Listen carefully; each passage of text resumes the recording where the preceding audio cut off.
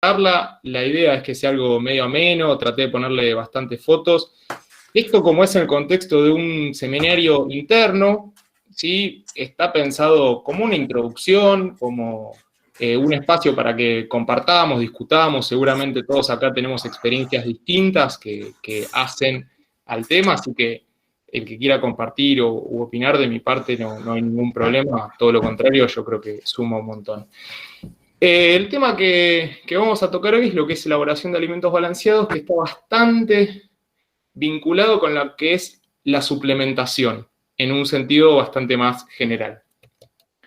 Empecemos primero por una rápida mirada de lo que es el sector y qué es el alimento balanceado y cómo son los sistemas de producción que lo utilizan. En Argentina nosotros, estas cifras son viejas, pero producimos aproximadamente 20 millones de toneladas de alimento balanceado por año. Principalmente ese alimento balanceado, más de la mitad se lo lleva a lo que es bovinos, tanto de carne y de leche, dejando el tercer puesto, si se quiere, para lo que es aves parrilleros, pollos parrilleros. Esta tendencia va aumentando cada vez más. De hecho, a nivel Latinoamérica, lo que es producción de aves, tanto de parrilleros como ponedoras, es el fuerte de la región. Tanto en Brasil como en Perú como en México, es muy fuerte el mercado de aves y es algo que se está viendo acá también. También es un mercado que es muy punta de lanza en lo que es tecnología y elaboración de alimentos. Y bueno, nosotros en el país no somos ajenos a la región de este gran crecimiento. Respecto de las plantas de alimento balanceado, ¿cuántas plantas de alimento balanceado hay en Argentina? Aproximadamente se pueden contabilizar 1000, aproximadamente. De todas maneras, toda planta de alimento balanceado necesita estar registrada en COFIAL. COFIAL es una oficina, es la Coordinación de Fiscalización de Establecimientos de Alimentos para Animales, que lo gestiona SENASA, y es de público conocimiento, ustedes pueden entrar. Para todo lo que es la parte comercial, es una base de datos muy interesante porque por supuesto que está la razón social, la localidad, la provincia y el número de quit. No hay datos personales o de contacto, pero bueno, hoy con lo que es internet ya cualquier planta que figure ahí puede ser contactada. En general, una planta promedio produce 1.600 toneladas por mes. Ahí se me escapó un cero. Es un valor muy promedio porque las capacidades instaladas suelen ser más altas y pueden trabajar menos.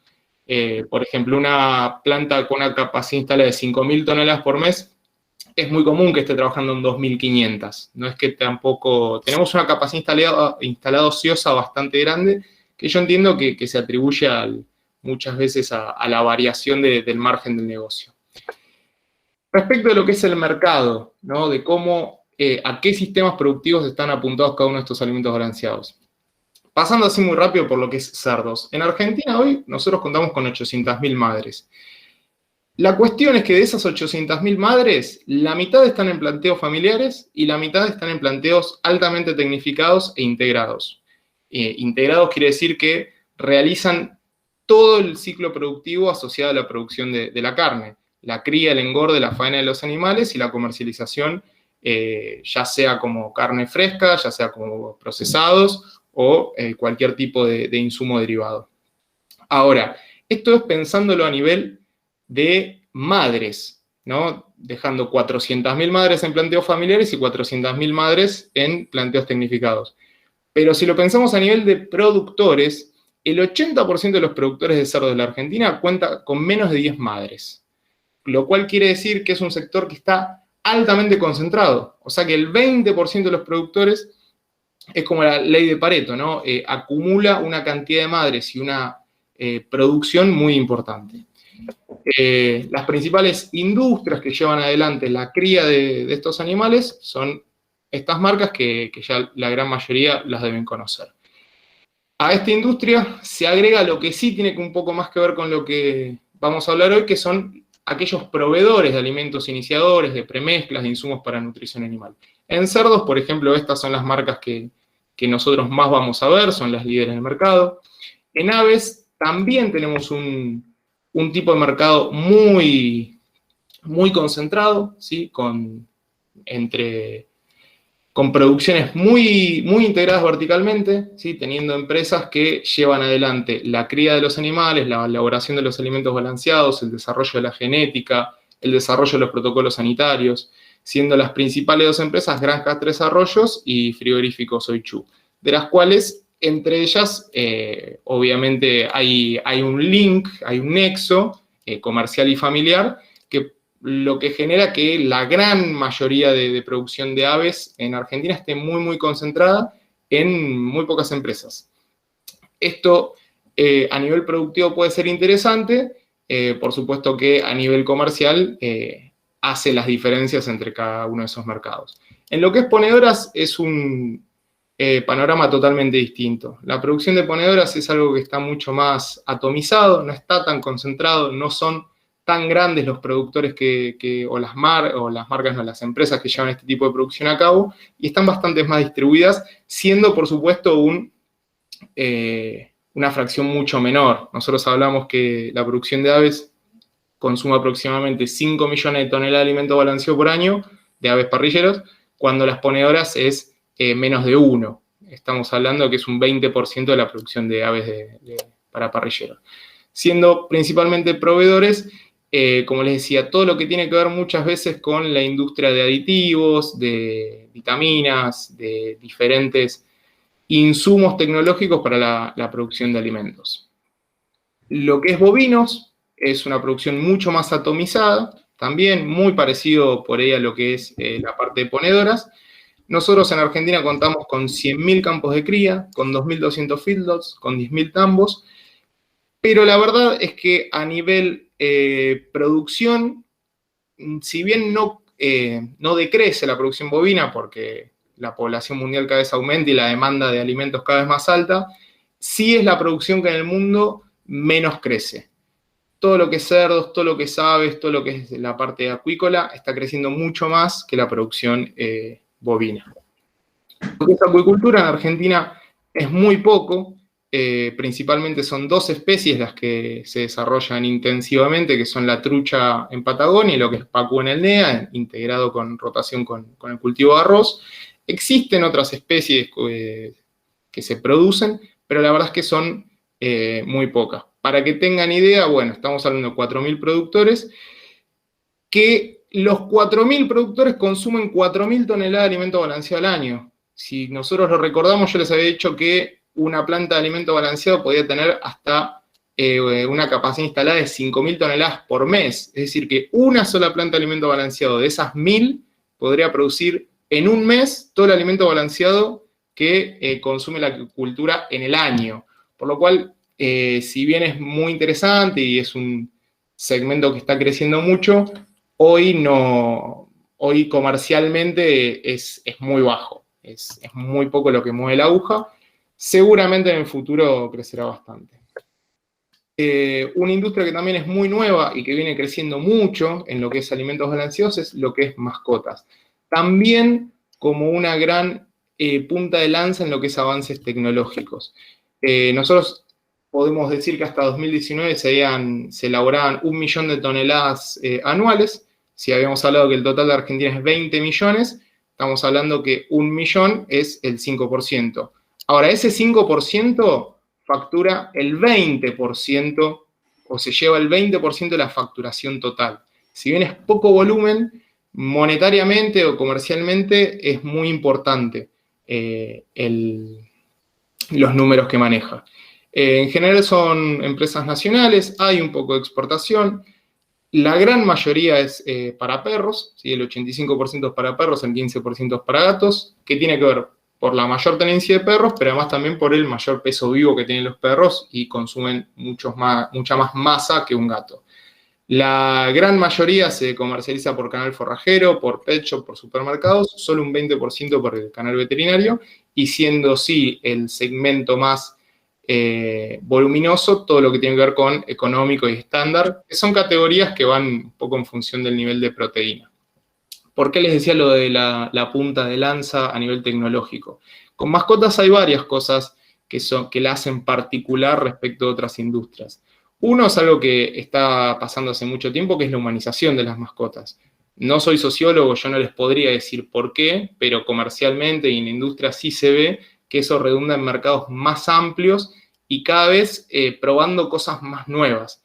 Yo les doy un ejemplo. El año pasado, 3 industrias muy grandes comenzaron acá en Argentina a desarrollar plantas de alimento balanceado nuevas para hacer alimento balanceado húmedo. Es decir, ya la industria está viendo que el alimento balanceado seco, que todos lo conocemos, o por lo menos que es lo más frecuente, es extrusado seco, ya se va a quedar viejo en unos años. Y todos esperan que, por darles un ejemplo, en 5 o 10 años uno a sus mascotas las alimente con un mix entre alimento seco y alimentos húmedos que vengan en pouch.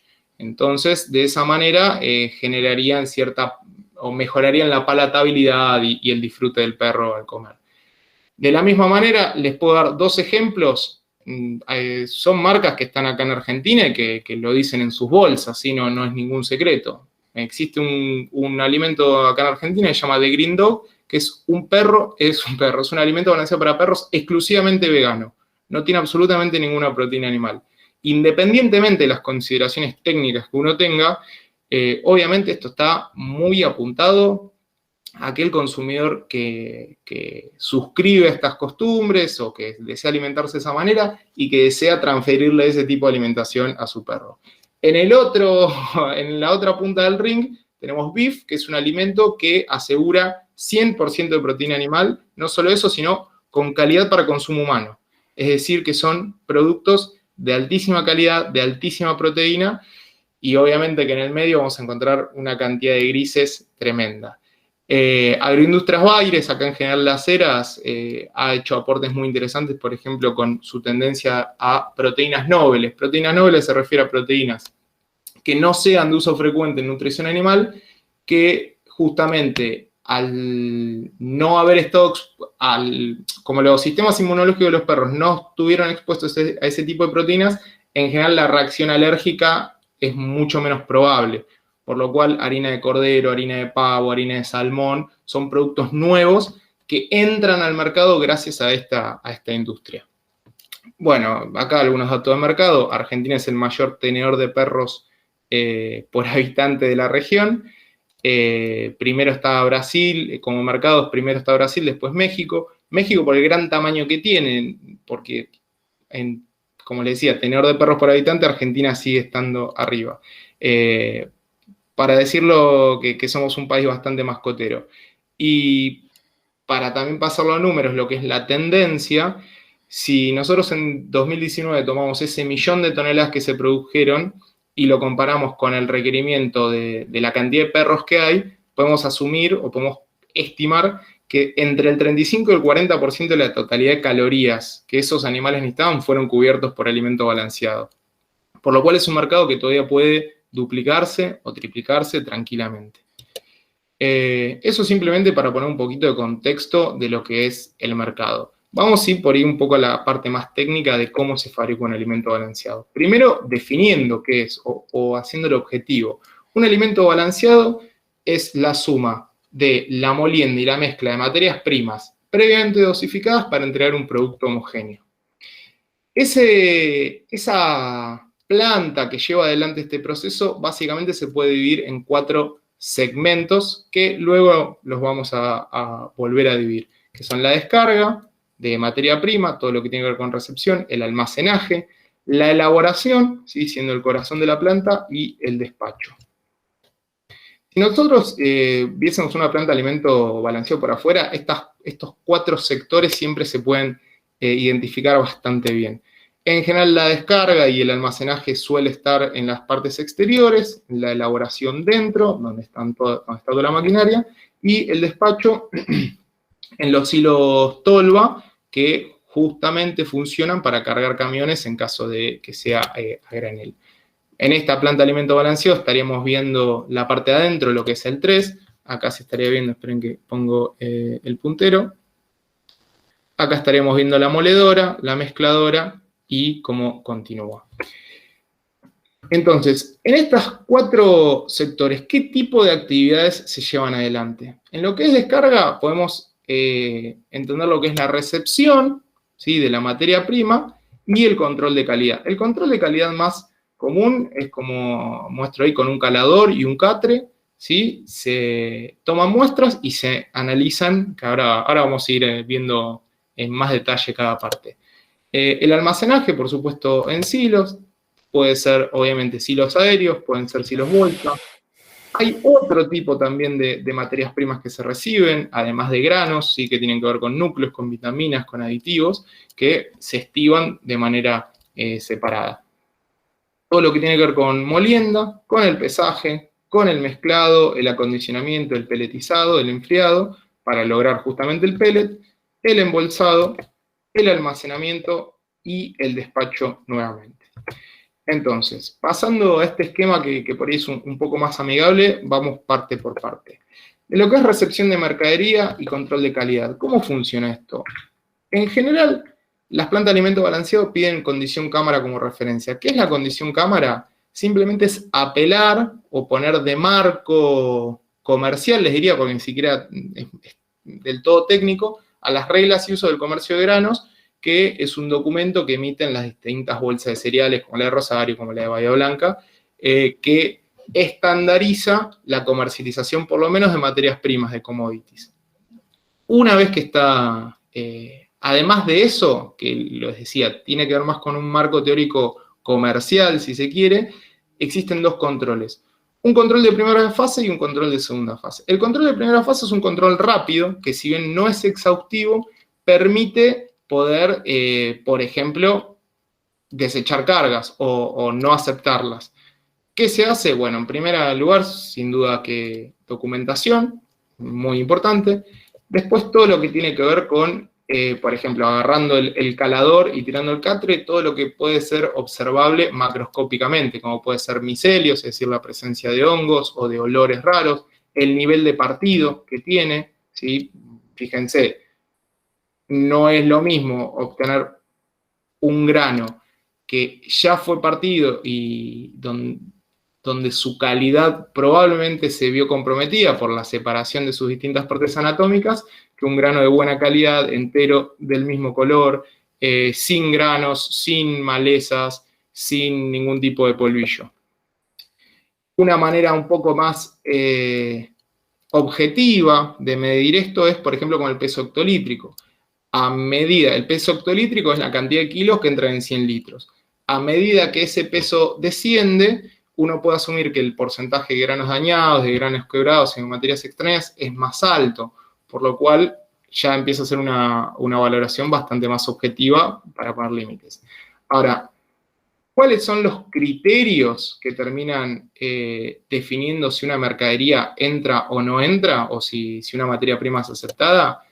Pueden ser varios, yo acá voy a proponerles dos, ¿sí? El primero es, por supuesto, comercial, que cuando uno tiene el primero económico, perdón, cuando uno tiene un protocolo de elaboración muy definido, hay ciertas variables, como por ejemplo puede ser que haya granos o semillas no específicas en el grano, eso se tiene que limpiar y se tiene que hacer un zarandeo. Entonces, ese costo de zarandeo, bueno, sin duda que va a afectar a mi rentabilidad, por lo cual está estipulado en función de distintos tipos de problemática que puede traer el cereal o el grano, el tipo de multa económica, no multa, pero de penalización económica que puede tener esa carga.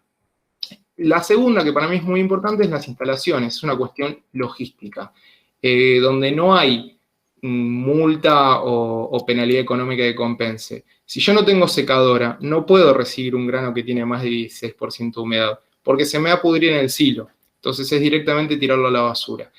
A esto se podría agregar un montón de otras cosas que tienen que ver seguramente con la parte técnica de los nutricionistas, o mismo del encargado de la planta, de llevar adelante cierto protocolo, pero yo creo que es en esos primeros dos conceptos, en lo que es la parte económica y en lo que es la parte logística de la capacidad de llevar adelante eso, está todo bastante resumido.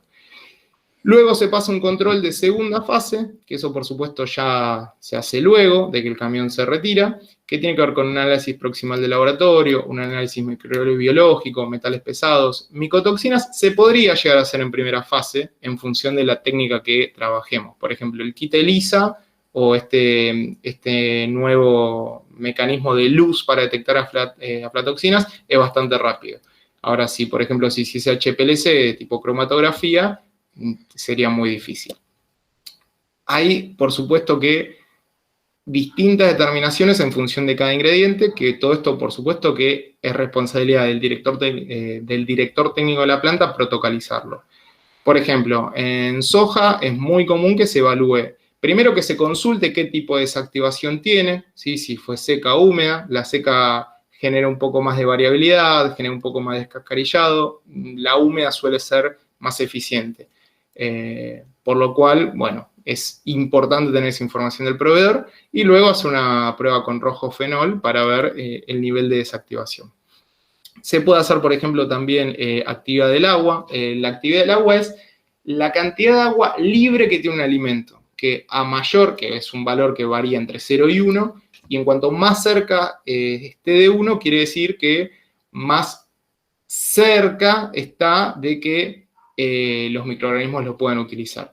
Por lo cual, que les digo, el valor de agua es diferente que la humedad relativa, que es lo que se mide, es el agua activa.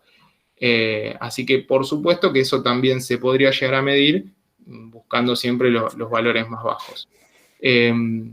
Hay otras cuestiones que están muy asociadas también a la logística de cada empresa. Por ejemplo, yo les mostraba que es muy común que se almacenen en silos bolsa. Estamos hablando de granos secos, no granos húmedos, granos secos en silo bolsa, que sabemos que no tiene la misma capacidad de guardado, de almacenado que un silo aéreo, por lo cual seguramente la parte superior esté más seca por el efecto del sol, la parte inferior esté más húmeda por la condensación del suelo.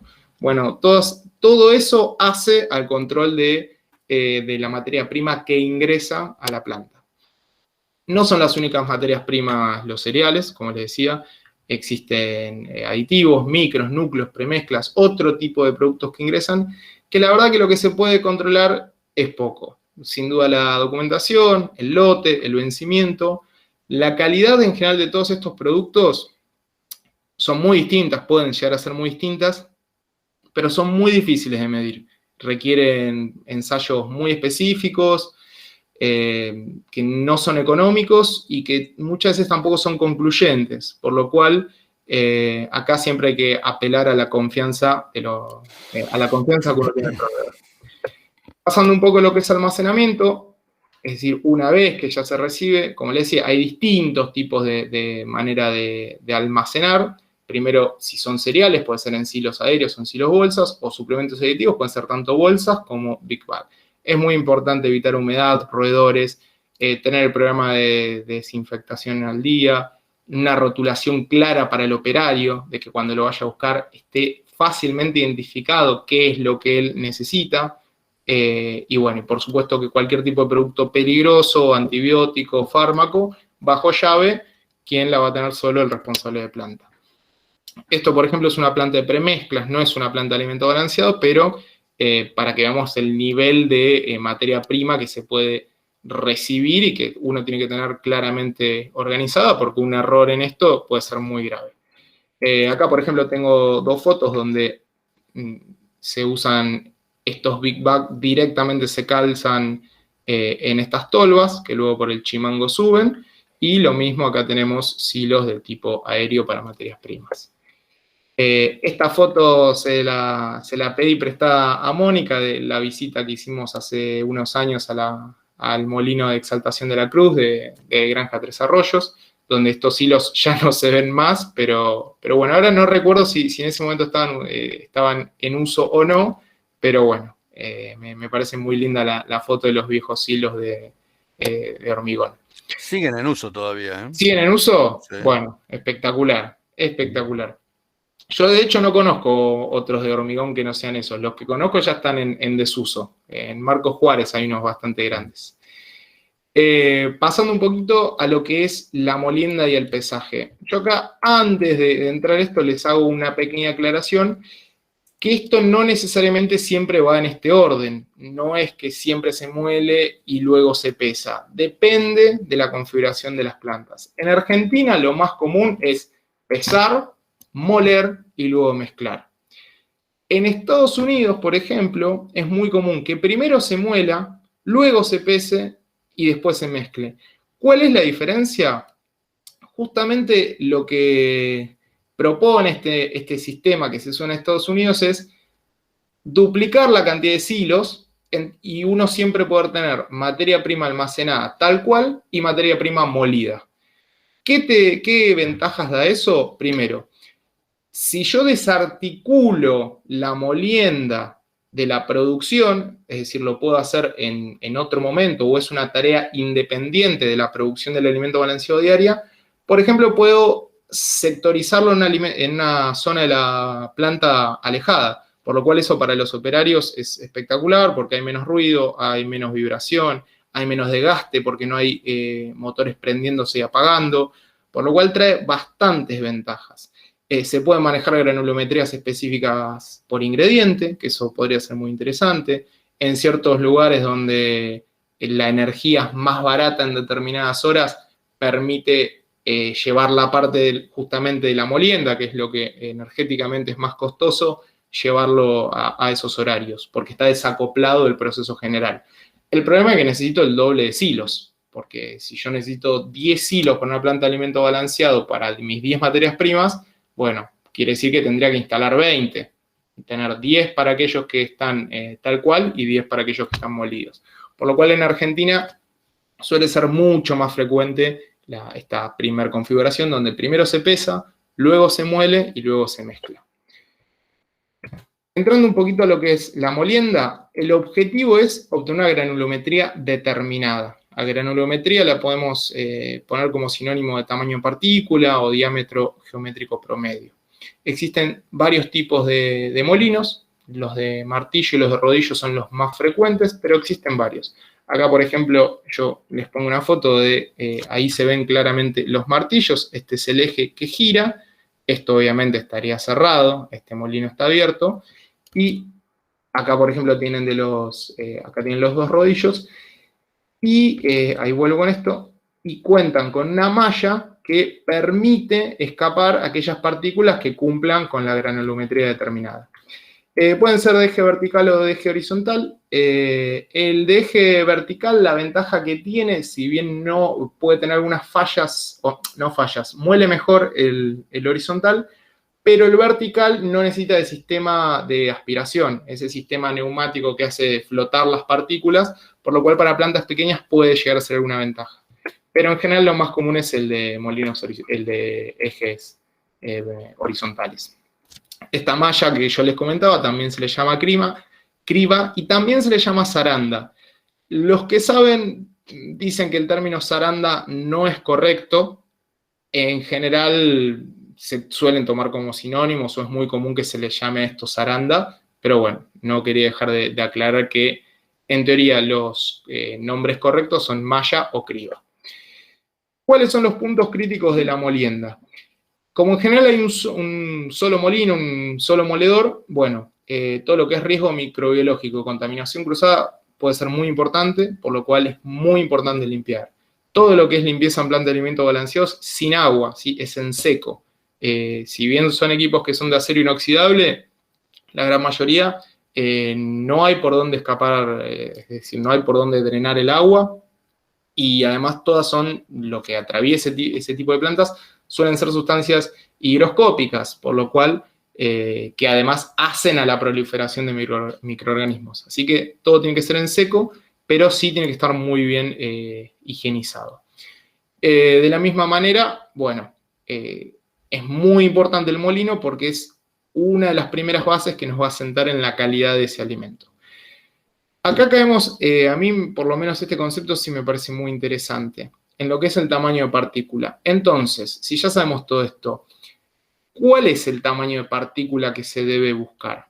Nosotros sabemos que a menor tamaño es decir, en cuanto más chiquito, en cuanto más intensa es la molienda, el pellet final va a tener una mayor dureza y una mayor calidad, ¿sí? Por ejemplo, acá en este gráfico podemos ver, en esta tabla, a medida que disminuye el tamaño de partícula, es decir, que la molienda es más intensa, la dureza del pellet aumenta.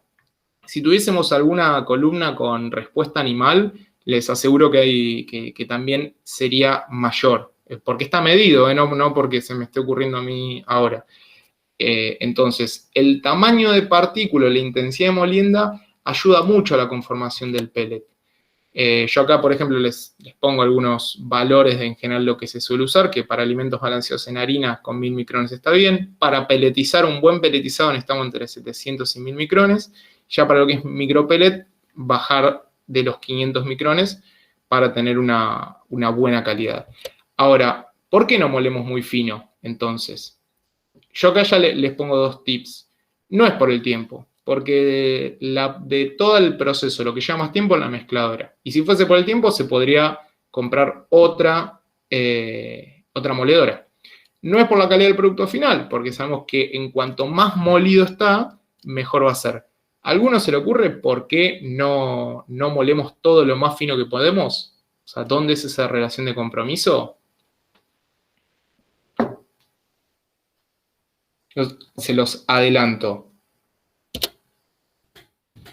Es por el costo energético. Es justamente por la potencia que toma la molienda que se empieza a ver muy comprometido el margen bruto del negocio. Además de eso, que baja bastante el rendimiento, ¿no? Porque por supuesto que a medida que yo más muelo, más tiempo voy a demorar en llevar adelante mi producción. Por lo cual, tiene que ver con el rendimiento, pero fundamentalmente tiene que ver con el costo energético de moler muy chico. Pero en cuanto más muela, mejor me va a salir el pellet. Esto se los comento porque es muy común, o es una consulta muy común, la calidad del pellet, cuando uno, por ejemplo, va y el maíz está molido a 5 milímetros. No va a quedar nunca bien ese pellet si no está bien molido. Acá, por ejemplo, les traigo otras referencias de cuáles son las granulometrías por ahí que se buscan. Pero esto, por favor, tómenlos como granulometrías máximas, si se quiere, ¿sí? Porque no habría problema de moler un alimento para cerdos más fino. El problema sería molerlo más grueso. Entonces, estas serían granulometrías máximas para cada especie. Que también dependen, por supuesto, mucho del valor. Como hemos hablado muchas veces, alimentos para mascotas, o mismo esto que yo les contaba antes, son alimentos que tienen mucho mayor valor individual por kilo, por lo cual se justifica por ahí un costo de producción más elevado. Muy importante la calibración de lo que es los moledores. Hay un tema que me parece súper simple, que por supuesto que todo esto muchas veces es a prueba de error. Uno tiene que ir configurando la máquina de diferente manera y viendo dónde obtiene mejores resultados. Lo que sí me parece muy importante es que mucha gente interpreta que lo que hay que ajustar en los molinos son las RPM, cuando realmente lo que a nosotros nos interesa es la velocidad tangencial. No quiero entrar en física tampoco, pero un molino chico con el que va las mismas RPM que un molino grande se va a estar moviendo más despacio, porque justamente tiene que recorrer menos distancia en la misma cantidad de tiempo. Por lo tanto, es un error trasvasar RPMs de un molino a otro, porque no tiene mucho sentido. Lo importante es la velocidad tangencial, que es lo que hay que tratar de calibrar. Por supuesto que eso después va a responder a unas RPM, que va a ser lo que uno finalmente configura en la máquina, pero la variable de interés detrás de las RPM es la velocidad tangencial. Lo mismo, muy importante lo que es el mantenimiento, el cambio de rodillos, si están desafilados, el cambio de sentido de giro de los martillos se pueden sacar y volver a calzar del lado opuesto para que estén siempre afilados y no tengan estos bordes romos. El chequeo de mallas, que no estén los poros, es decir, la malla, la criba por donde escapa el alimento molido, que estén todos los poros enteros, que no estén tapados, que no estén rotos entre ellos, permitiendo salir 4 poros todos juntos. El paralelismo entre los rodillos, si la moledora fuera de rodillos, tanto sea que estén en paralelo, ¿sí? Que no haya justamente una parte que esté más cerca y que muela más finito que otra, y de la misma manera que no estén desplazados para poder aplicar toda la superficie en molienda, para que tenga la mayor superficie de superposición posible. Eso respecto de lo que es la molienda. Pasando a lo que es el pesaje, si bien parece una parte que tiene menos glamour, hay una cosa muy interesante en el pesaje. Primero, que son cosas distintas las que tenemos que pesar. Porque por un lado tenemos que pesar ciertas cantidades que responden del orden de las toneladas, como son las materias primas, pero también tenemos que pesar cosas muy chiquitas, como pueden ser los micros, como podría ser colina, que responde a kilos e incluso gramos, por lo cual uno tiene que hacer una presupuestación de balanzas muy concreta y muy correcta. Por ejemplo, este es un cálculo muy conocido que es I es el componente a dosificar, 0,04 es una constante y X es la capacidad máxima de la balanza. Es decir, si mi balanza puede pesar, tiene de máximo 1000 kilos, yo no puedo pesar menos de 40 kilos, con una precisión mayor al 0,2%. Es decir, si yo trato de pesar unidades de 10 o 12 kilos con mi balanza para 1000, voy a estar siendo muy poco preciso porque no es el instrumento adecuado. Entonces voy a necesitar definir las balanzas que necesito. Entonces, ¿en qué instancias peso en la elaboración del alimento balanceado? Básicamente en 3. La primera es el control del ingreso, que es una báscula común de camión que tiene que ver más con una cuestión de llevar controles y registros que de un impacto directo en el proceso, en la fórmula, ¿sí? Tiene que ver simplemente con la gestión de las materias primas. Ya dentro de lo que sí es el proceso de elaboración de balanceado, nosotros yo les venía diciendo, estamos por acá, ya hablamos de lo que es el molino. Nosotros tenemos 2 instancias. Lo que es el pesado de las materias primas que van a molerse, ¿sí? De las cuales ya estuvimos hablando, y ahora, antes de entrar a la mezcladora, van a entrar los alimentos que ya molimos, pero además ahí es cuando vamos a agregar todos estos microcomponentes, que puede ser el núcleo, que puede ser un aditivo, un saborizante, un aromatizante, un secuestrante de micotoxinas o lo que corresponda. Pero ahí estamos hablando, como les decía, de magnitudes que por ahí estamos, no sé, 1 kilo por tonelada, 500 gramos por tonelada, 20 kilos por tonelada. Entonces, como es una magnitud distinta, es una pesa distinta, es una báscula distinta. Yo acá les ejemplifico los tres segmentos de los que les hablaba, los 3 tipos de pesado, que es la báscula al ingreso, el control PLC de la planta de balanceados en sí, y luego lo que es la sala de pesado de micros. Esto en general es manual, lo pesa un operario, y es muy común cada vez más, quizás hace 10 años no lo era, pero ahora sí cada vez más, es que cada pesada, cada lote que se arma para incluir al alimento balanceado, a cierta tanda de alimento balanceado, se pesa, se certifica y se imprime una etiqueta. Esa etiqueta puede ser un código barras o puede ser un código QR,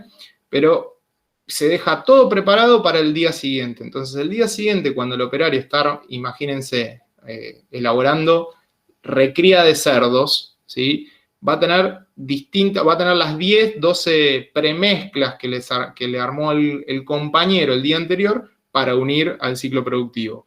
Entonces, para no confundirse y para no poner la premezcla de ponedora en la fórmula de recría de cerdo, vienen justamente con este tipo de codificación, que ya sea de barras o QR, donde lo ingresa a la máquina tiene un lector, y si es el código correcto, la máquina va a abrir la compuerta y le va a permitir al operario hacer la carga. Esto justamente apunta a disminuir el error humano, porque en estas cosas que son micros, puede ser muy importante. Pasando un poquito a lo que es mezclado, ¿sí? Nosotros conocemos, o no es que conocemos, las más frecuentes son 2 tipos de mezcladoras. Las helicoidales, es decir, de hélice, o las de paletas. La ventaja, las helicoidales tienen una buena capacidad de mezcla, mezclan muy bien, tienen un problema, si se quiere, no es un problema, o sea, las de paletas le sacan una ventaja que tiene una menor carga mínima. Para mezclar eficientemente hay que respetar siempre cierto nivel de carga. Por ejemplo, acá, si se habla de 75-80%, hay gente que dice que lo mínimo para prender una mezcladora helicoidal es al 50%, que por lo menos el eje esté tapado. Si yo le pongo 20%, no lo va a mezclar nunca. Y lo mismo, si yo le pongo el 100% de su capacidad, tampoco lo va a mezclar, justamente por falta de espacio físico para que se den esos movimientos. Entonces, lo que se recomienda siempre es trabajar con el 75-80% de la carga. Las de paletas mezclan bien incluso con cargas bajas. Es decir, un 20-30% de la carga puede mezclar bien. Parece que es una pavada, pero para un alimento, para una planta de alimento balanceado, que por ahí son lotes de 3 toneladas, por ahí cuando le piden una fórmula muy específica que no suele tener en stock, o imagínense, no sé, hay plantas de alimento balanceado que elaboran alimentos para conejos, para faisanes, para producciones alternativas, que no es algo que van a tener en stock, y no es que tampoco van a hacer los 3.000 kilos porque los venden así nomás. Entonces, para no clavarse, bueno, disminuyen ¿cómo decirlo?, la producción, y justamente tener una mezcladora de paletas les permite, les da un poco más de muñeca con eso. Acá pongo una foto de cómo es la mezcladora de paletas y la mezcladora de hélice. El mezclado. Ya que definimos qué es una mezcladora, vamos por ahí a los factores que definen la homogeneidad de la mezcla. Esto es realmente complejo, hay muchísima gente estudiándolo, muchísima gente viéndolo, y la verdad es que es muy difícil bajarlo como una directiva técnica concreta, porque es muy variable, depende de muchas cosas. Entonces la verdad que es responsabilidad de cada técnico y de cada director de planta de alimento balanceado llevar adelante el control necesario para comprender estas cosas. Por ejemplo, cuando nosotros estamos hablando de mezclar partículas, polvos, ingredientes, son muchos los factores que entran a mover la aguja. Uno, por ejemplo, es el tamaño y la homogeneidad de partículas. Como les decía, depende mucho de la malla previa y de la moledora de cómo son esas partículas. Si estos 5 poros hubiesen estado rotos, ¿qué pasa? Y por lo cual, en vez de pasar partículas de este tamaño pasaran de una sección 10 o 20 veces mayor, va a ser muy difícil que eso se mezcle homogéneamente. Yo acá les doy un ejemplo muy grosero, pero claramente que el mantenimiento, que el agujero esté tapado, que esté desgastado, que el poro esté más abierto de lo que tendría que estar, hace a esa homogeneidad del tamaño de partículas. ¿Cuál es mi problema también cuando empiezo a querer mezclar cosas muy distintas? No es lo mismo querer mezclar, por ejemplo, el maíz molido que yo vengo arrastrando en la moledora con la biotina incluida en el núcleo que luego agregué. Yo acá, por ejemplo, le doy un gráfico de lo que es tamaño de partícula en función de presencia relativa. Aquellos ingredientes que tienen un tamaño de partícula que va de muy chico a muy grande, no es tan grave siempre y cuando esté, lo ideal sería que sean todos iguales, no va a suceder. Pero si es una distribución pareja, puede llegar a lograrse esa mezcla. El problema uno lo tiene cuando tiene componentes que son o muy grandes o muy chicos. Yo siempre pongo el mismo ejemplo porque me parece muy, muy didáctico, que es como querer mezclar en proporciones iguales pelota de básquet y pelota de tenis. A menos que yo no tenga una capacidad de muestreo lo suficientemente grande como para que me entren ambas secciones, o mejor dicho, ambos elementos en la proporción adecuada, es una complicación cuando yo tengo dos partículas muy diferentes que las quiero mezclar en proporciones iguales o definidas. Entonces, de acá hay una parte que depende mucho de las materias primas y que yo no puedo hacer nada, pero también hay partes que dependen de la industrialización y que sí que corresponde que sea del mantenimiento de la planta. Lo mismo, nosotros vamos a trabajar con materias que son muy higroscópicas, como la urea, que absorben muchísima agua, pero también vamos a trabajar con aceites y materias grasas, que son muy hidrofóbicas. Eso genera, por supuesto, una dinámica de las partículas muy diferentes entre ellas. Ni hablar de lo que es la densidad, por la estratificación natural que todos hemos visto seguramente en distintas frascos y conservas que tenemos dando vueltas por ahí. Obviamente lo más pesado se va al fondo, por lo cual también es un factor más que hace a la mezcla. La formación de cargas eléctricas. Por supuesto que hay ingredientes y partículas que se repelen o se atraen y me van a jugar en contra al momento de tratar de generar una mezcla. El tiempo de mezclado, que es muy importante. Esto es lo que les decía, que termina siendo algo que tiene que determinar el director técnico, porque no hay una indicación directa que te dice, no, para lechera 16 tenés que mezclar 4 minutos y medio.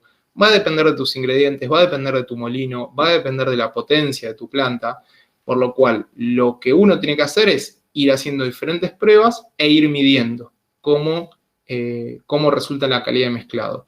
Y una vez que lo tiene medido, sí protocolizarlo y tratar de seguir siempre esa misma indicación. Lo mismo la calibración de las velocidades que hablamos para la moledora, también aplica para el mezclador. Respecto a lo que yo le decía, tipos de control, ¿cómo yo hago para controlar si algo está bien mezclado o no? Fíjense esto y por qué les decía que es muy difícil plasmarlo en una indicación técnica única. Acá se hizo un lote donde entraban 6 toneladas y otro donde entraban 5. Ambas están dentro de lo que la mezcladora permitía. En esas dos capacidades diferentes se probaron los mismos tiempos de mezclado. Fíjense que es una variación muy poca, 2 minutos, 2 minutos y medio y 3 minutos. Y se midió metionina y lisina en distintos puntos para ver cómo fue esa variación. Es decir, yo tomo 10 muestras luego de lo que mezclé, veo cuánta metionina o cuánta lisina tengo en cada de esos 10 muestreos y calculo un coeficiente de variación. Si yo me encontré la misma cantidad de metionina en cada una de esas muestras, obviamente el coeficiente de variación va a tender a 0. Fíjense, nada más por haber puesto una tonelada más en una fórmula donde una mezcladora donde ambos lotes estarían bien, recién en las 5 toneladas con 2 minutos y medio, nosotros empezamos a encontrar coeficientes de variación que están por debajo del 10%, que es lo que una planta de alimento balanceado se trata de buscar, coeficiente de variación por debajo del 10%. Para 3 minutos, por ejemplo, también tiene una calidad de mezclado muy buena. Les aseguro que si esto hubiese aumentado 4 o 5 minutos, este coeficiente de variación crecería, porque luego que uno obtiene el mezclado, si continúa mezclando, lo que sucede es se desmezcla, se empiezan a separar las fases, por lo cual es algo muy preciso y muy necesario de controlar, calibrar y protocolizar, porque cada mezcladora tiene su configuración propia. Como les decía, los coeficientes de variación que se buscan es menor a 10-15% en planta de alimento balanceado, menor al 5% si estuviésemos trabajando en una planta de premezclas, donde todo lo que hay son minerales y vitaminas, donde ni siquiera estoy trabajando con maíz, con cereales.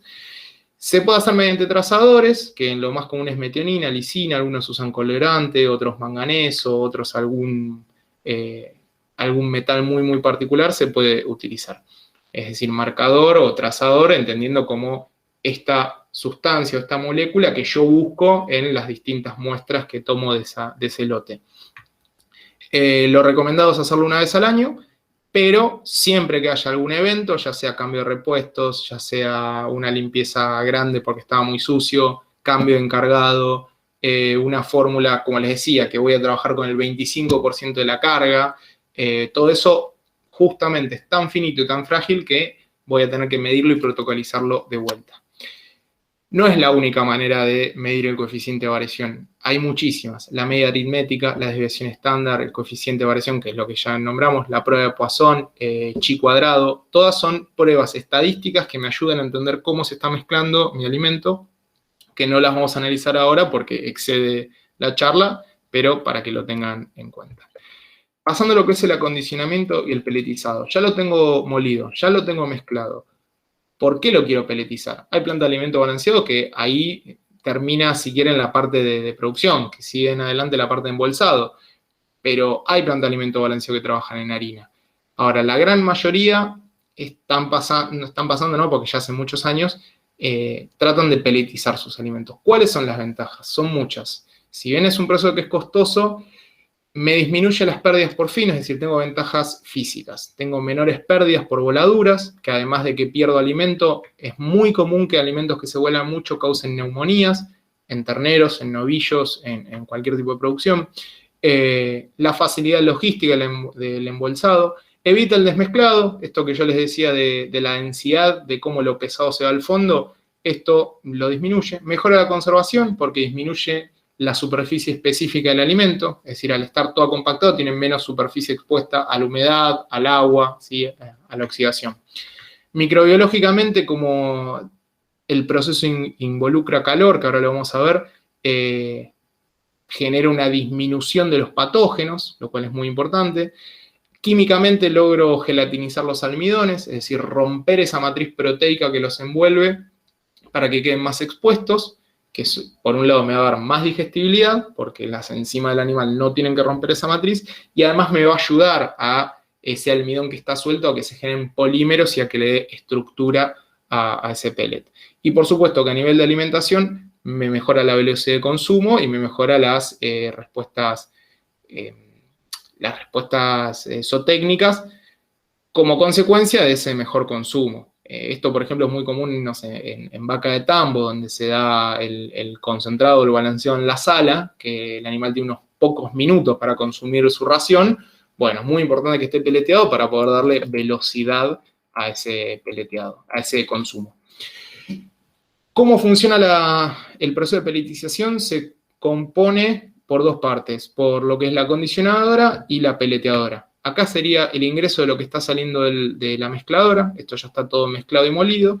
Acá básicamente lo que se está inyectando es humedad y calor a presión, ¿sí? Con mucho vapor. Por supuesto que necesita una caldera, es decir, va a estar saliendo a 100 psi de la caldera, va a ir perdiendo presión a lo largo de todo el circuito para llegar acá aproximadamente a 20, 30 psi.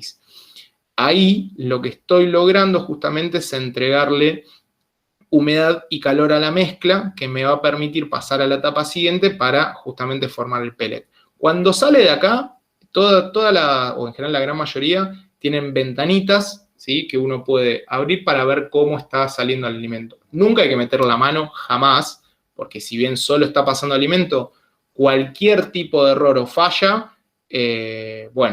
puede pasar por ahí, entonces nunca meter la mano. Mucha gente lo hace, pero está mal. Lo ideal es siempre tener una palita donde uno retira. Acá la salida, lo que uno va a encontrar es esta misma harina que entró, pero caliente y húmeda. Hay una regla que en general, si la peleteadora está bien calibrada, uno tendría que poder armar empanaditas. Es decir, poder apretarla con la mano y que conserve esa forma que nosotros le imprimimos. Acá, esta es una foto de una caldera, que obviamente es mucha cantidad mucha energía, en general suelen ser a gas, que generan agua a presión, vapor, muy caliente y de mucha presión. Esa empanadita que yo les comentaba antes entra por acá al centro, esta ya es la peleteadora, y lo que hacen, los rodillos apretan esa masa contra las matrices, van saliendo obviamente porque es la forma de la malla, los pellets, que luego se cortan, esto está girando por supuesto, se cortan con la cuchilla y sale el producto terminado. Esto además a veces se puede engrasar o se le puede llegar a aplicar algún tipo de aspersor arriba. Lógicamente el principio es lo que les decía antes, es que los rodillos ejerzan presión sobre esa harina para poder sacar el pellet con la forma determinada. Esto también en los últimos años se está reemplazando por un sistema que se llama de extrusión, que es, por ejemplo, el típico que se utiliza en comida para mascotas, que uno ve una croqueta, que el principio es muy parecido, lo que cambia es la forma en que se aplica el calor y la humedad, pero la idea es más o menos la misma. La calidad del pellet, finalmente, va a depender de... A ver, después de todo este peleteado, o mejor dicho, después de la etapa de peletear, ¿cómo va a quedar el pellet? Bueno, depende de varios factores. Uno, por supuesto, que va a tener que ver del acondicionador y la matriz, de cómo estaba configurado. Pero no es lo único que va a hacer a la calidad del pellet. Por supuesto que la molienda es muy importante, como yo les decía antes, y la fórmula. La fórmula es muy importante. Si hay almidón, si hay proteínas, si hay un poco de grasa, siempre son nutrientes que ayudan a que se generen ciertos polímeros. Pueden haber aditivos como lignosulfonatos, como amidas, como mucílagos. De la misma manera también les puedo decir que, por ejemplo, una fórmula muy difícil de peletear es el concentrado para gallina ponedora. Porque ustedes saben que la gallina ponedora tiene un requerimiento de calcio muy alto, es una fórmula que lleva mucho carbonato de calcio, y al tener muchos minerales, bueno, es difícil lograr esa peletización y que ese pellet no se quiebre. Entonces la fórmula es muy importante, pero por supuesto que es una conjunción de todo lo que sucede en la planta. Se los comento por lo mismo que les decía antes. El pellet roto suele ser una de las principales consultas de los dueños de plantas a un servicio técnico de el pellet me sale mal y lo quiero hacer bien. Bueno, son muchas cosas que hay que auditar. ¿Cómo se mide la calidad de un pellet? Bueno, básicamente son 4, son 3 y uno que se está agregando ahora también. El primero es muy conocido, es el índice de durabilidad del pellet, que no es más que someterlo a una caja, que esto gira y básicamente simula el movimiento que podría tener el pellet durante la estiba, durante el transporte, por lo cual después de determinado tiempo yo abro y veo qué hay. Si el pellet está todo roto, voy a tener un índice malo. Si el pellet está intacto, voy a tener un índice bueno. Puedo también medir por el método Holmen la dureza del pellet, que esto sí es dureza y no durabilidad, como estamos hablando antes, que básicamente es ejercer presión sobre el pellet y ver en qué punto se parte. Obviamente que a mayor dureza, probablemente yo tenga mayor durabilidad. La evaluación por polvo por finos, que no es otra cosa que un tamiz, obviamente calibrado, con distintas bandejas, con un movimiento estipulado, que a mí me va a permitir aplicarle un porcentaje a ver cuánto se perdió en finos. Por supuesto que mi deseo es que sea 0. Hay que tratar de que sea lo menor posible. Y este cuarto método que también está entrando, se está viendo cada vez más, son los índices de flotabilidad. Es decir, cómo se maneja el pellet en el agua, que tiene que ver sobre todo con su densidad, por supuesto, pero si flota, si se va abajo, si se hunde, a qué velocidad se hunde. ¿Por qué? Porque tiene mucho que ver con la alimentación. Bueno, en este caso hay un pacú, pero con la alimentación de diferentes especies acuáticas, como por ejemplo puede ser la trucha. El enfriado es una de las últimas etapas productivas, que el objetivo es enfriar y retirar la humedad que yo le agregué con el acondicionador, es decir, esa empanadita y ese pellet que yo armé, yo tengo que enfriarlo rápidamente porque si no es un caldo de cultivo para bacterias, porque tengo nutrientes, humedad y calor, que básicamente es todo lo que una bacteria necesita para ser feliz.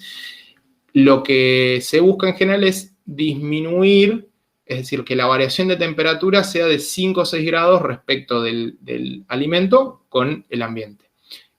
Pueden ser de agua o de aire, lo más común es que sean de aire, de contracorriente. Acá, como les decía, por ejemplo, acá tenemos un conteo de unidades formadoras de colonia a lo largo de todas las partes de la elaboración de alimentos. Si se fijan, antes del pellet yo tengo más de 1 millón de unidades formadoras de colonia. Luego de pelletizar, es decir, luego de aplicar calor y temperatura, desinfecté todo ese alimento. Pero si yo el enfriado no lo hago bien, no lo hago rápido, bueno, va a volver a crecer eso. Entonces es una picardía perder ese efecto. Entonces yo al poder enfriar bien, me puedo asegurar de tener un alimento inocuo. Finalmente, lo que es el almacenado y el despacho, muy parecido a lo que es con la recepción de materias primas, que tiene que ver con poder garantizar las condiciones apropiadas, poder garantizar un rótulo claro, una facilidad para el operario. Muy importante poder lotear. No hay una indicación única para lotear. Sí, siempre se recomienda, o sea, depende de cada planta, pero se recomienda, bueno, poner la fecha, ponerse un cambio de materia prima. Es decir, nosotros veníamos trabajando con este núcleo. ¿Cambiamos de núcleo? Bueno, cambiemos de lote, así lo podemos trazar y volver para atrás si hace falta de manera más simple. Lo mismo con operario, con distintos tipos de ejemplos. Acá es la misma foto del principio, pero de la parte de despacho. Despacho siempre y cuando sean bolsas. Acá, por ejemplo, estamos viendo, como habíamos visto al principio, despacho a granel, es decir, el camión pasa por ahí y carga de esos hilos tolva el alimento necesario. Respecto por ahí un poco de lo que es normativa, yo sé que es una parte un poco más aburrida, pero que es muy importante. Desde 2015, SENASA define específicamente el rol del director técnico. Cada planta tiene que tener un director técnico, que puede ser un ingeniero agrónomo, puede ser un veterinario, y de las buenas prácticas de manufactura. Esto, de hecho, tiene que hacer un manual de buenas prácticas de manufactura y presentar ante SENASA. También se puede utilizar la norma IRAM sobre nutrición animal. Pero esto cada vez, les digo, desde 2015 es que está esta normativa, que se respeta muy fuertemente. Respecto a lo que es inocuidad, yo tampoco soy un experto en este tema, pero siempre es importante comentarles que, bueno, que en una planta de alimento balanceado, como en cualquier industria, hay peligros tanto para los operarios, o sea, tanto para las personas que trabajan, como para los consumidores de ese alimento, que pueden ser físicos, como metales, plásticos, grasas. Por ejemplo, para metales se recomienda mucho poner trampas imantadas a lo largo de todo el recorrido, por si se llegó a escapar una astillita, un tornillo, algo que puede pasar, bueno, que quede retenido. Grasa, por ejemplo, de la peleteadora en el pellet, lo he visto yo con mis propios ojos, que sale el pellet negro porque la grasa de la peleteadora está filtrando para adentro.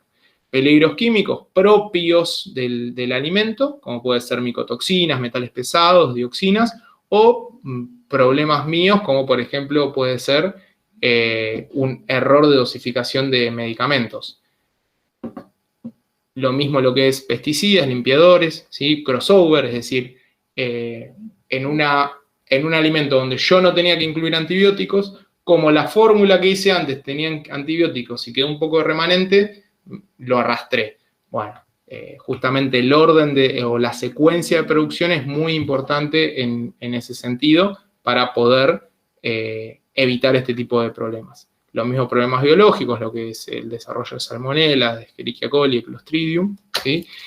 Y muy importante también diferenciar inocuidad es lo que es el conjunto de normas y medidas que nosotros tomamos para prevenir nuestra salud de agentes físicos, químicos y biológicos. Bioseguridad tiene que ver con evitar la propagación de enfermedades infecto-contagiosas, ya sea en explotaciones animales o a través de plantas de alimento balanceado. Bueno, acá yo, por ejemplo, les pongo algunas de las muchas medidas que hay para evitar todo este tipo de problemáticas, como es el uso de secuestrantes, el uso de productos antifúngicos, el estado general de la planta, que no haya fugas, que no haya segmentos oxidados, segmentos que estén despintados, que vayan perdiendo partículas. Todo esto, validar el mezclado para asegurarse de no haber hecho problemas de sobreacidificación. Todo esto hacen a la seguridad y a la inocuidad de las plantas.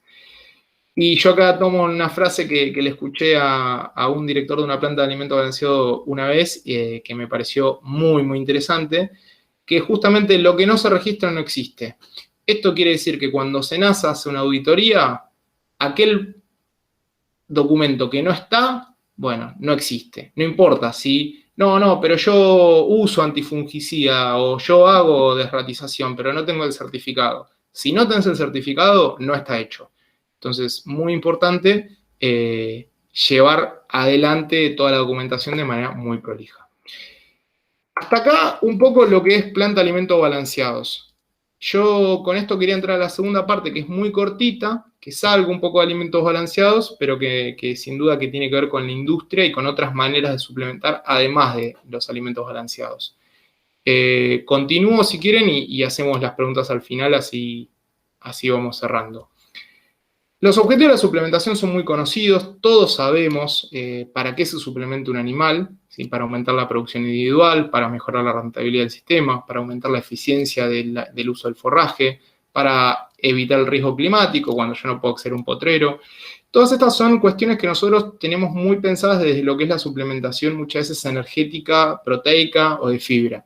Yo acá lo que me gustaría es que nos centremos en, sobre todo, lo que es la suplementación vitamínica, mineral y de aditivos, que es muy similar a lo que todos conocemos suplementación, pero tiene algunas cuestiones muy particulares que justamente se ajustan en función de el sistema productivo, que es muy difícil dar una directiva de acá siempre tenés que suplementar de esta manera, porque los sistemas son muy cambiantes y no todos tienen la misma respuesta.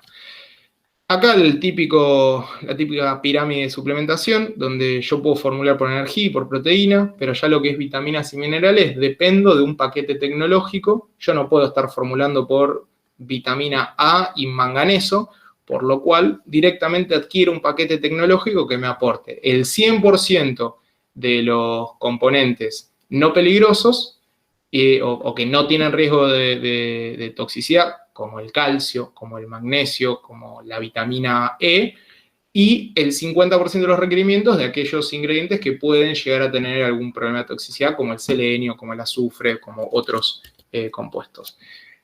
Acá yo, por ejemplo, les hago un cuadrito de cómo vehiculiza hoy la industria estos suplementos o estos, estos suplementos vitamínicos y minerales. Cuando uno habla de un alimento balanceado, está hablando de un producto que contiene energía, proteína, macrominerales, aditivos, microminerales y vitaminas. ¿Cómo se elabora? Se elabora mezclando maíz o distintos tipos de cereales, distintos concentrados proteicos, distintas fuentes minerales, aditivos y distintos microminerales y vitaminas. Yo puedo ir sacando partes de encima, por ejemplo, es muy común, hoy por ejemplo en el feedlot, en un encierre, que yo tengo mi maíz propio producido en el establecimiento, entonces yo no quiero ir a comprarle maíz a alguien más, porque si uso mi maíz, bueno, me ahorro flete, me ahorro impuestos, me ahorro declaraciones. Entonces yo lo que salgo a buscar es un concentrado, que esto difiere de la clasificación de ingredientes que hablamos de concentrado energético, concentrado proteico. Esto es concentrado en el sentido comercial, que básicamente es un alimento con mucha proteína, probablemente arriba del 38%, que la recomendación es mezclarlo en general con 80% maíz, 90% maíz, y al mezclar eso se genera el alimento balanceado.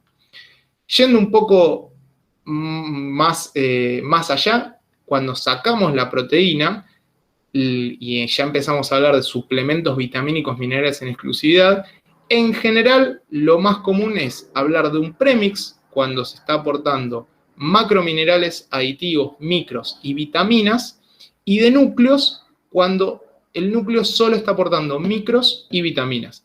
En algunos casos puede llegar a tener algún aditivo, como por ejemplo ionóforo. Es muy común encontrar núcleos con monensina.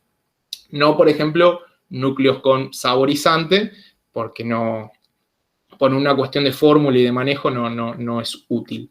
Pero si se fijan, también la diferencia en la capacidad mezclada, aparte de la diferencia de los aportes, la diferencia en la concentración hace que un premix pueda ser mezclado fácilmente en un establecimiento o en una planta chica. En cambio, un núcleo, poder mezclar bien 2 kilos por tonelada, ¿se acuerdan lo que les decía de la mezcladora? Hay que tener una capacidad de mezclado buena y probada.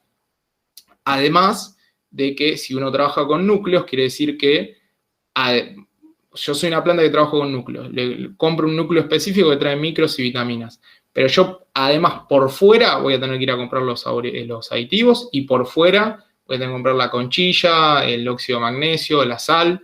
Eso, por supuesto, que a nivel de manejo de proveedores no es lo mismo trabajar con núcleos y 7 proveedores más que con premezclas, que es un solo proveedor. Seguramente, a medida que yo vaya tercerizando esos servicios, va a ser más costoso el alimento. Va a ser más simple. Sin duda que es más fácil comprar un alimento balanceado que comprar un núcleo, comprar los aditivos, los macros, la proteína y mezclarlo.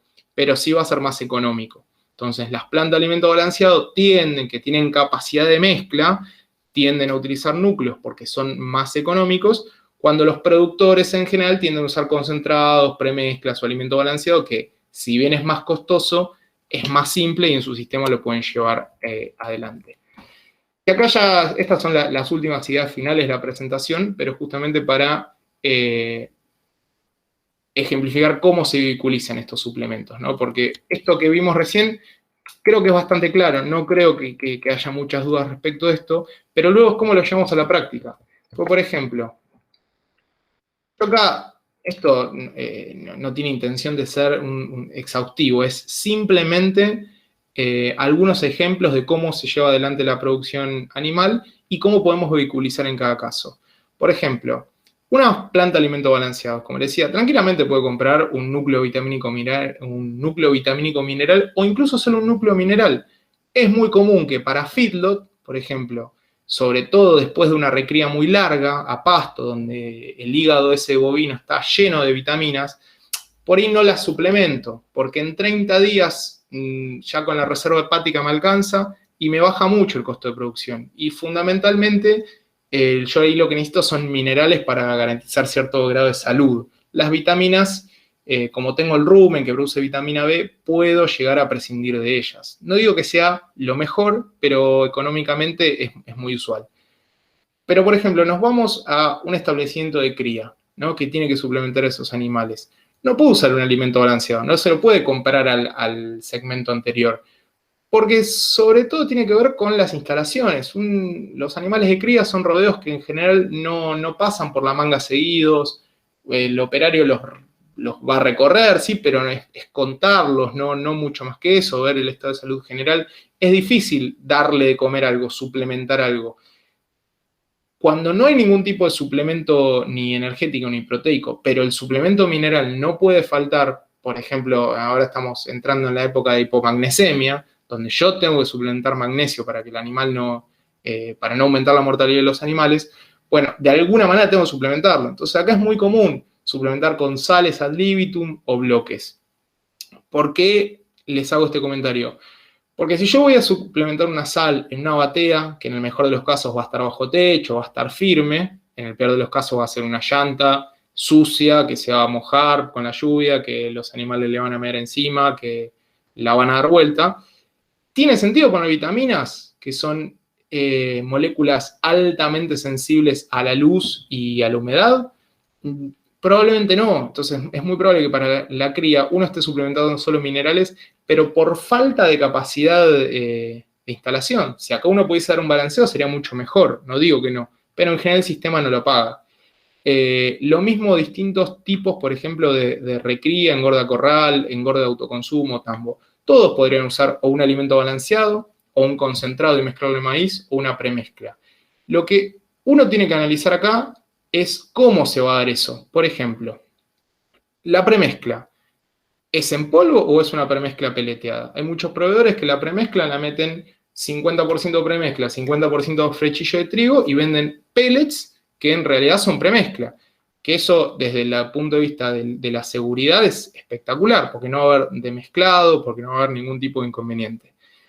Tipo de entrega. ¿Es lo mismo un engorde de autoconsumo que un engorde de corral que yo entrego 3 veces por día? Por supuesto que no, porque yo voy a tener distintos niveles de control de esa dieta para con el animal. ¿Cómo está la fibra? ¿Cómo está la humedad, por ejemplo? Es muy común que los productores no quieran usar un concentrado porque es costoso, entonces van directamente a la planta de premezclas y le piden la premezcla. No, déjalo, lo armo yo en el campo. Si esa premezcla tiene monensina o tiene urea, yo tengo que asegurarme poder mezclarla bien en el mixer, ¿sí? Y para mezclarla bien, por lo menos necesito un alimento húmedo. Por lo menos necesito un silaje de maíz que me entregue cierta humedad y hacerlo en una entrega diaria como para poder controlar esos alimentos. Porque si ni siquiera tengo un alimento húmedo, yo no puedo mezclar monensina, urea y maíz y pretender que no vaya a suceder nada. Porque eso en el instante que se demezcla, que el silo vibra y cae al fondo la monensina, con una lamida perdí un animal. Entonces hay que tener muy en claro cómo se puede llevar adelante este tipo de suplementación. Bueno, lo mismo vitaminas, como les decía antes. Por ejemplo, acá les traje algunas pequeñas fotos de tipos de suplementación que les decía. Acá en un campo de cría, por ejemplo, poder poner una sal, que acá se le pone un poco de grano para estimular el consumo y en el caso de magnesio puede ayudar a la absorción. Esto funciona muy bien. Lo mismo los bloques. Estos son los mismos aleros de antes, pero que se cambió de tipo de suplemento mineral. Estos bloques para lamer también funcionan muy bien. En un crib feeding, por ejemplo, ¿no? Esto es una alimentación de terneros al pie de la madre. Justamente esta reja evita que entre la vaca y solo permite que entre el ternero Es una técnica que permite compensar ese desbalance, esa oferta nutricional cuando el animal va creciendo y la producción láctea de la madre va bajando. Yo a este animal no le puedo dar un grano con un polvo mezclado así nomás. Este animal que es chiquito, que necesita toda la atención que yo le pueda dar, yo le tengo que dar un alimento balanceado. No puedo estar haciendo mezclas raras, no mezclas raras, pero mezclas que no estén bien comprobadas de que funcionen bien, porque es una categoría muy sensible. Lo mismo el autoconsumo, ¿no? Por ejemplo, yo acá no puedo estar trabajando con urea en polvo o con encina en polvo, porque es un peligro, porque lo que decía, es más probable que maten ovillos a que engorde algún tipo de animal. Lo que puedo llegar a encontrar acá, ideal sería un alimento balanceado, que no es frecuente, pero en el peor de los casos, bueno, una premezcla peleteada o un concentrado, ¿sí? Que no es lo mismo. En este caso, si mal no recuerdo, era un concentrado. Entonces, acá lo que estoy teniendo es 90% maíz, o debe ser 80% de maíz, con 20% un concentrado, con mucha proteína, que acá seguramente haya monencina, seguramente haya urea, pero está bien contenida y evita que se demezcle, que se concentre y tener una sobredosificación en el animal. Lo mismo un feedlot, si yo tengo la planta de alimento balanceado en el fondo, tengo una entrega diaria. Sí, por supuesto que voy a tener más muñeca para ir probando distintos tipos de mezclados o mezclados, si se quiere, no tan rigurosos. Pero bueno, si yo estoy entregando 3 veces por día y estoy yendo a recorrer y veo cómo es la respuesta en los animales, tengo más muñeca para ver cómo lo puedo hacer. Y pasando ya simplemente para cerrar a lo que es cerdos y aves, no sé si es el problema, pero la situación que yo tengo acá en estos monogástricos es que justamente al ser monogástricos, las dietas son muy complejas. Tienen seguramente más de 20 componentes y sumado que las aves encima consumen muy poco. ¿Por qué les digo muy poco? ¿Se acuerdan lo que yo les decía de las pelotas de tenis y la pelota de básquet? Bueno, si yo no mezclé bien, pero tiro una red y levanto 2.000 toneladas, bueno, probablemente si mi capacidad de muestreo o de consumo es lo suficientemente grande y más o menos esté promediando la concentración de todos mis componentes y mi probabilidad de error es menor. Ahora, un ave que come 100 gramos por día, yo tengo que ser muy preciso en la mezcla, para que en esos 100 gramos esté distribuido al igual que en el resto de, que en el resto de la mezcla todos los componentes que yo quiero. Por ejemplo, para pollitos bebés, esto estaba peleteado y se parte luego de estar peleteado para dárselo, justamente para poder mezclar bien. Yo probablemente tengo todos estos ingredientes. Tengo, por supuesto, materias primas, pero tengo fosfato, tengo sal, tengo metionina, lisina, treonina, tengo el núcleo vitamínico mineral, tengo enzimas, tengo secuestrante de micotoxinas. Acá, por ejemplo, no veo pigmentantes que podría tener. La opción es trabajar una planta de alimento balanceado con esta fórmula o, por ejemplo, comprar un premix. Si yo no tengo una planta de alimento balanceado, si quiero llevar adelante mi producción de aves, fíjense que todo esto que está comprado aparte en la planta de alimento balanceado, que es más económico, un premezclador lo compró, lo mezcló y vos solo le tenés que poner 25 kilos por tonelada y te manejás con 4 proveedores, con maíz, con pellet de soja, con poroto de soja desactivado y con el premix. Y armás tu ración. Pero no deja de ser sumamente complejo y de necesitar una capacidad de mezclado muy buena. Con cerdos es lo mismo. Fíjense, la cantidad de microingredientes que pueden tener las distintas categorías de cerdos frente a una fórmula que puedo usar con maíz, con pellet de soja y premix, llevar adelante eso. ¿Es mejor algo que otro? No, son cosas distintas, son soluciones distintas para problemáticas distintas con resultados productivos y económicos distintos. Y con esto concluyo la presentación. Bueno, muchísimas gracias por todo y quedo abierto a preguntas. Excelente.